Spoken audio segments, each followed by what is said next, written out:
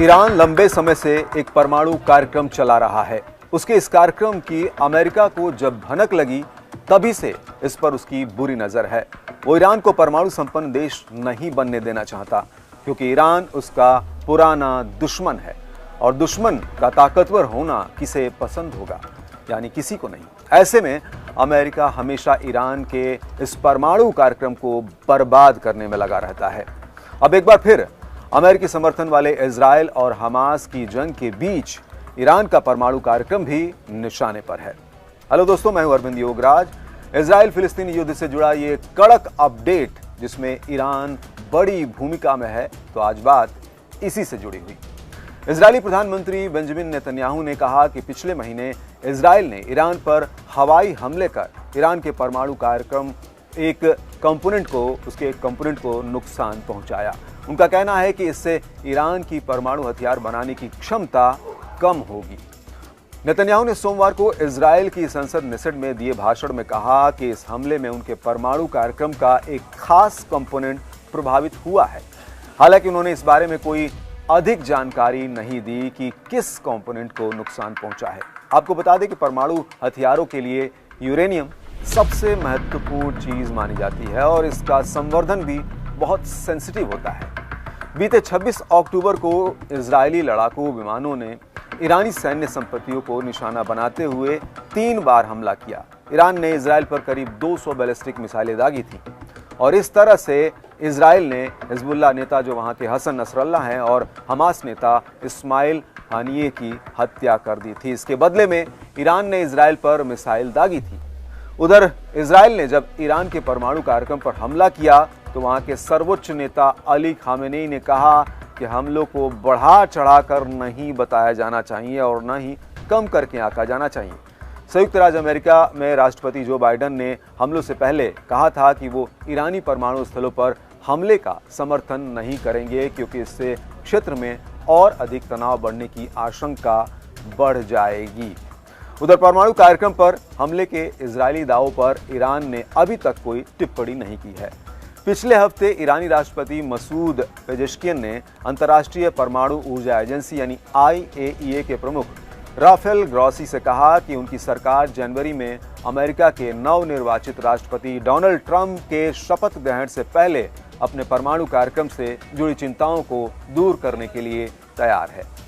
देखिए, ग्रॉसी ने कहा है कि ईरान के साथ परमाणु वार्ता में किसी नतीजे पर पहुंचना इस दिशा में एक नए विवाद को रोकने के लिए जरूरी था, खासतौर से ऐसे समय में जब ईरान पहले से ही गाजा और लेबनान पर हमलों को लेकर इजराइल पर भड़का हुआ है। ग्रॉसी ने इस बात पर भी जोर दिया कि ईरानी परमाणु स्थलों पर हमला नहीं किया जाना चाहिए।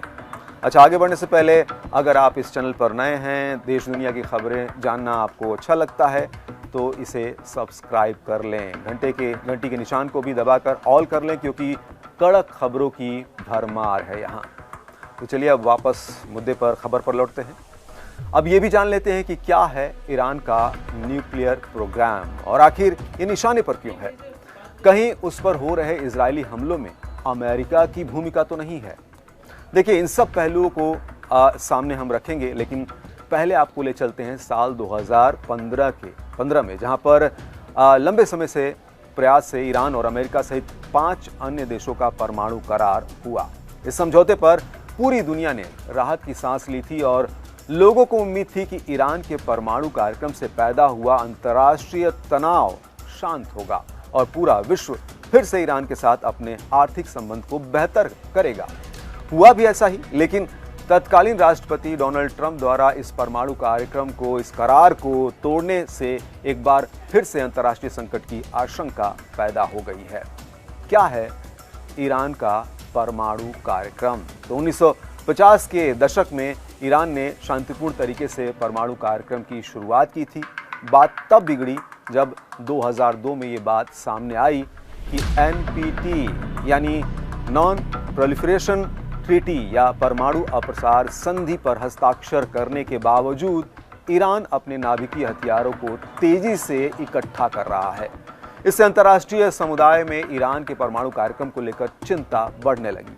अमेरिका समेत संयुक्त राष्ट्र सुरक्षा परिषद के सदस्य देशों को ईरान से एक प्रकार का खतरा महसूस होने लगा और इसके बाद साल 2006 में संयुक्त राष्ट्र सुरक्षा परिषद ने ईरान पर कई तरह के प्रतिबंध लगा दिए। अमेरिका और यूरोपियन यूनियन ने भी ईरान पर कई आर्थिक प्रतिबंध लगा दिए। इससे दुनिया के देशों के साथ ईरान का व्यापार बंद होने लगा और ईरान की आर्थिक स्थिति खराब होने लगी। जुलाई 2015 की बात करें तो ऑस्ट्रिया की राजधानी वियना में सुरक्षा परिषद के सभी सदस्य देश अमेरिका, रूस, चीन, फ्रांस, ब्रिटेन, जर्मनी और यूरोपियन यूनियन ने ईरान के साथ एक परमाणु समझौता किया। इस समझौते में ईरान के सामने कई शर्त रखी गई। पहली शर्त ये थी कि ईरान को अपने संवर्धित यानी एनरिच्ड यूरेनियम के भंडार कम करने होंगे। इसके तहत ईरान को संवर्धित यूरेनियम का 98% हिस्सा नष्ट करना पड़ता या देश के बाहर भेजना पड़ता, जिससे उसके परमाणु कार्यक्रम पर रोक लग सके। दूसरी शर्त थी कि ईरान को आगे से यूरेनियम की एक निश्चित मात्रा यानी 3.67% तक ही संवर्धित करने की इजाज़त होगी, जिससे उसका इस्तेमाल सिर्फ बिजली उत्पादनों या अन्य ज़रूरतों में हो सके, उससे परमाणु हथियार न बनाया जा सके। आपको बता दें कि परमाणु हथियार बनाने के लिए यूरेनियम का संवर्धन जो है वो 90% से ज़्यादा यानी हाई एनरिचमेंट ज़रूरी होता है और इसी तरह सेंट्रीफ्यूज मशीनों की संख्या कम करने से जुड़ी एक तीसरी शर्त थी। सेंट्रीफ्यूज ऐसी मशीन होती है जिससे यूरेनियम संवर्धन किया जाता है और तीसरी शर्त के तहत ईरान को लगभग 6000 सेंट्रीफ्यूज रखने की अनुमति होती, जबकि उसके पास कुल 19,000 सेंट्रीफ्यूज थे। अमेरिका ईरान के परमाणु कार्यक्रम को पूरी तरह से बंद करा नहीं सकता, क्योंकि जब दुनिया के अधिकतर देश परमाणु कार्यक्रम चला रहे हैं तब केवल ईरान को रोकना तर्कसंगत नहीं है। दूसरा, जब कोई देश शांतिपूर्ण उद्देश्यों यानी बिजली उत्पादन और अन्य चीज़ों के लिए परमाणु कार्यक्रम चला रहा होता है तो उस पर कोई आपत्ति भी नहीं करता। इधर ईरान भी अपने परमाणु कार्यक्रमों को शांतिपूर्ण ही बताता है, लेकिन विश्व के शक्तिशाली माने जाने वाले देशों के मन में उपजी आशंकाओं से ईरान का परमाणु कार्यक्रम निशाने पर रहता है। अब जब इजरायल ने ईरान के परमाणु कार्यक्रम पर हमला किया है तो इसमें अमेरिका की भूमिका की भी चर्चा जरूरी है। अभी तक आप ये समझ गए होंगे कि ईरान का परमाणु कार्यक्रम हमेशा से ही अमेरिका के निशाने पर रहा है।